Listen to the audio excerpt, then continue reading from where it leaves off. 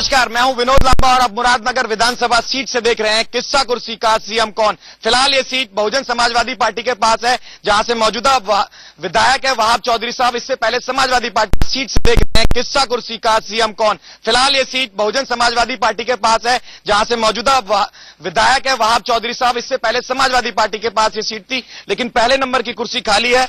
ना विधायक जी आए हैं, ना उनका कोई प्रतिनिधि आया है। और एक बड़ी वजह यह भी है कि वो मोदी नगर विधानसभा से उनका टिकट कहा जा रहा है कि फाइनल हो चुका है। आप लोग अपने मुद्दे बता दीजिए ताकि जनता भी समझ सके कि आपकी पार्टी इस विधानसभा में किन मुद्दों के साथ बीच में जा रही है। देखिए, जहां तक मुद्दे की बात है तो मुद्दा तो विकास है और विकास ही होना चाहिए। और देखा होगा आपने, अभी आप खुद भी बता ही रहे हैं कि मुरादनगर से जो विधानसभा यहां पे जीत के पहुंचे वो आज यहां पहुंचे भी नहीं है।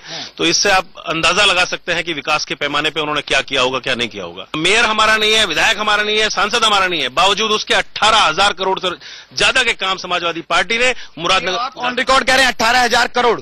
बिल्कुल, मैं ऑन रिकॉर्ड आपसे कह रहा हूं। और जहां तक बात है, ये तो आपको दिखने को मिल ही जाएगा। जहां तक आंकड़ा मेरे पास नहीं है, मैं इसलिए आपसे क्रॉस चेक कर रहा हूं। आपसे साफ कह देना चाहता हूं, मुरादनगर के अंदर बिजली का प्लांट लगाने का काम समाजवादी पार्टी ने किया है। आपके सामने है कि किस तरह का यहाँ पे गुंडा राज सपा सरकार में चल रहा है।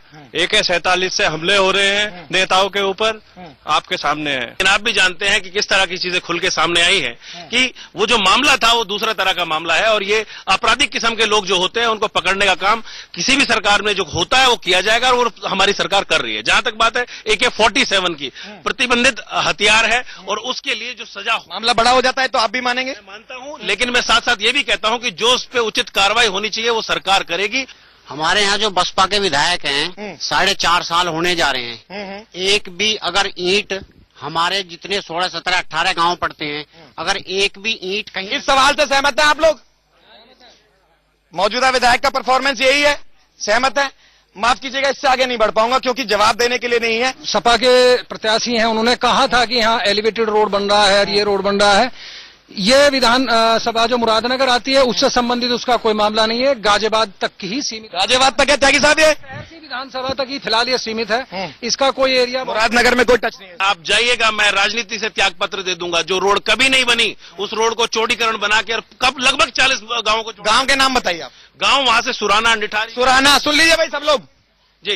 सुराना वाली जो रोड जा रही है मुरादनगर से होते हुए, वो रोड बनवाने का काम हमने किया है। इन्होंने जो बताई है सड़क सुराने वाली, हमने बनाई, वो 60 साल से बनी हुई है। सिर्फ वो रिपेयर किए, सर रिपेयर किया आप लोगों ने? नंबर तो सुनिए, जो पाइपलाइन की रोड है वो जल बोर्ड चौड़ी हुई है, वो उसका नए सिरे से चौड़ीकरण, नए सिरे से चौड़ी हुई है। ये कह रहे हैं कि हम बिम्बा ये लाएं कि योजना लाएं, बिम्बा योजना।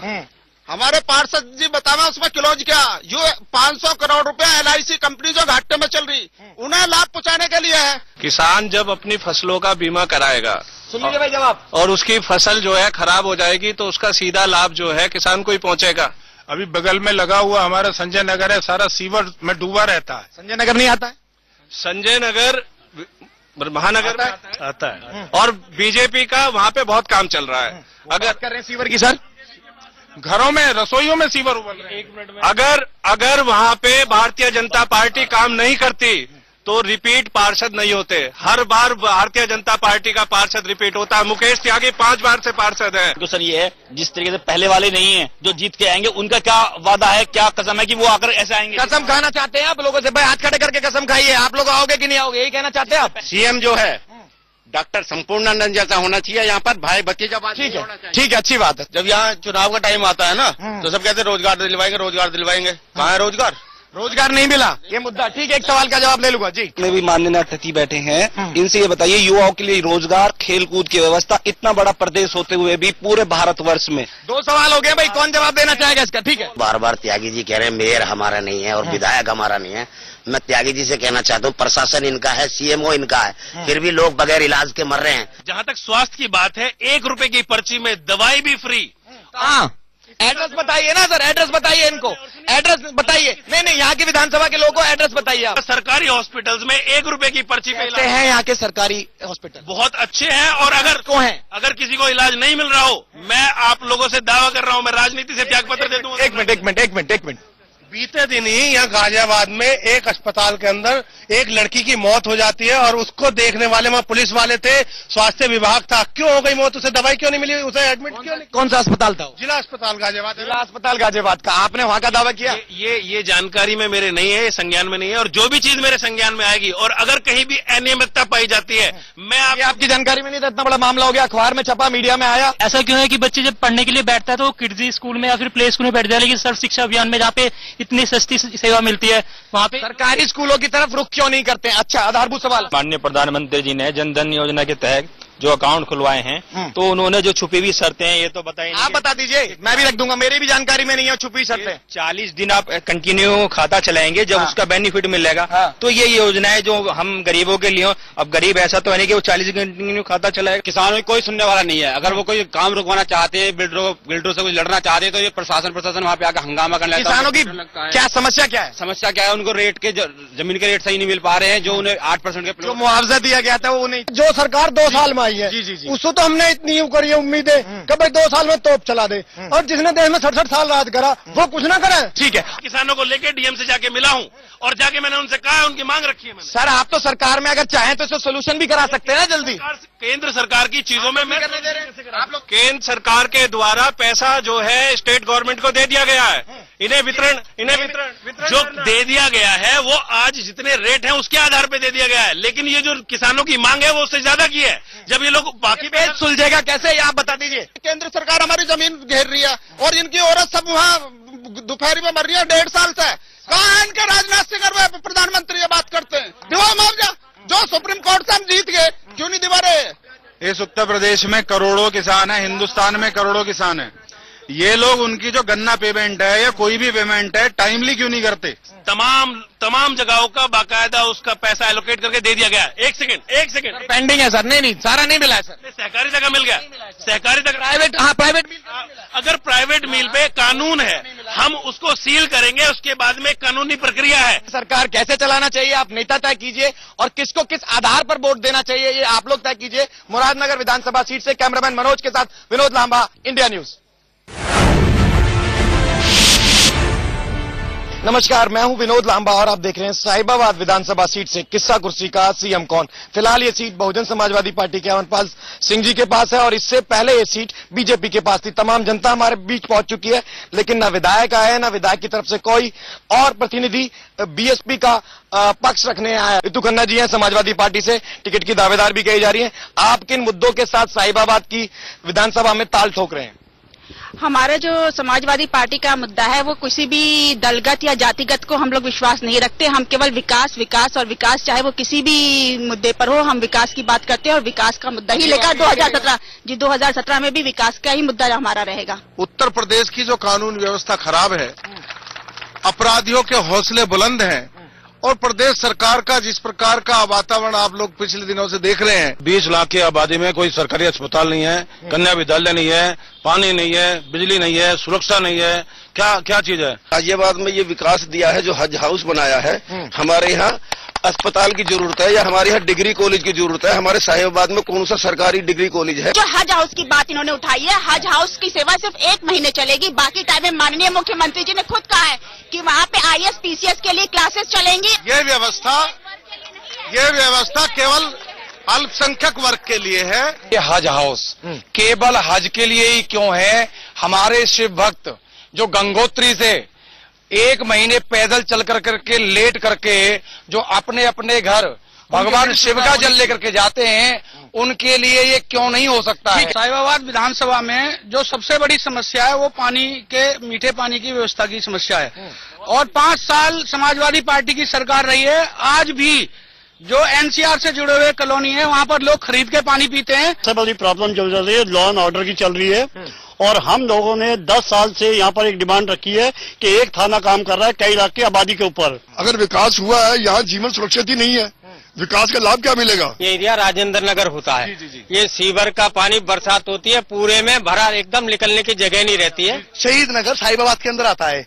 आप तो कभी गए नहीं होंगे।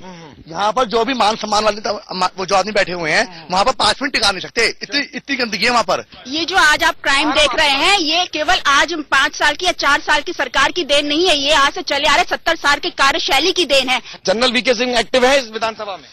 जनरल वीके सिंह पूरी लोकसभा में सक्रिय हैं, पूरे देश और विदेश में सक्रिय हैं। साहिबाबाद विधानसभा के अंतर्गत आने वाली खोड़ा कॉलोनी है। खोड़ा कॉलोनी में विकास की दृष्टि से जो कार्य जनरल वीके सिंह जी ने कराए, 5 करोड़ के बजट में, पिछले बजट में उन्होंने 2.5 करोड़ में खोड़ा कॉलोनी में लगवाए। पानी की समस्या महानगर में महापौर की होती है।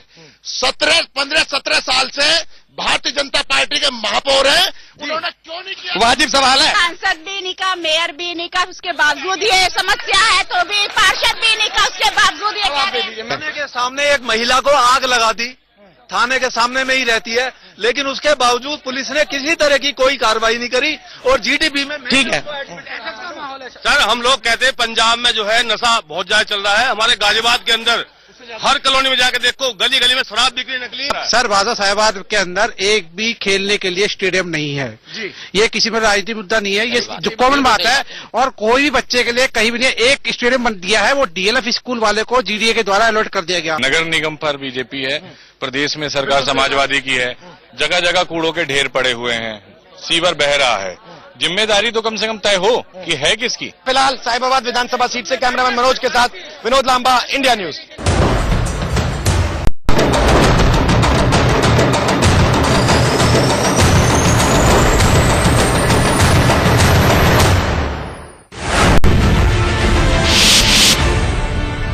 नमस्कार, मैं हूं विनोद लांबा और आप देख रहे हैं गाजियाबाद विधानसभा सीट से किस्सा कुर्सी का सीएम कौन। ये सीट सुरेश बंसल जी बीएसपी के मौजूदा विधायक हैं, इससे पहले ये सीट बीजेपी के पास थी। विधायक साहब के ऐसे 2-3 काम गिनवा दीजिए जो बीएसपी के लिए फायदे का सौदा हो सकते हैं। किताब है जिससे हमने दिखाया गया है कि हमने जो कार्य करे हैं वो इस किताब में लिखे गए हैं और पूरी विधानसभा में बांटे गए हैं। सबसे बड़ी बात जी गाजियाबाद का पूरे उत्तर प्रदेश में आप देखेंगे कानून व्यवस्था नाम की कोई चीज नहीं है। जी लगातार सपा सरकार प्रशासन में है।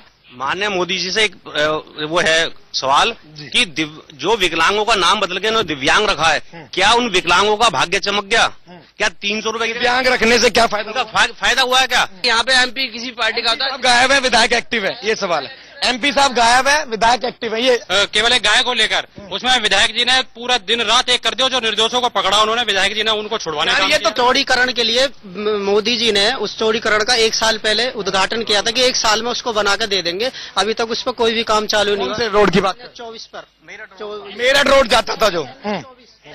मैं भाजपा से ये पूछना चाहूंगा, क्या इनके पास स्थानीय कैंडिडेट नहीं है?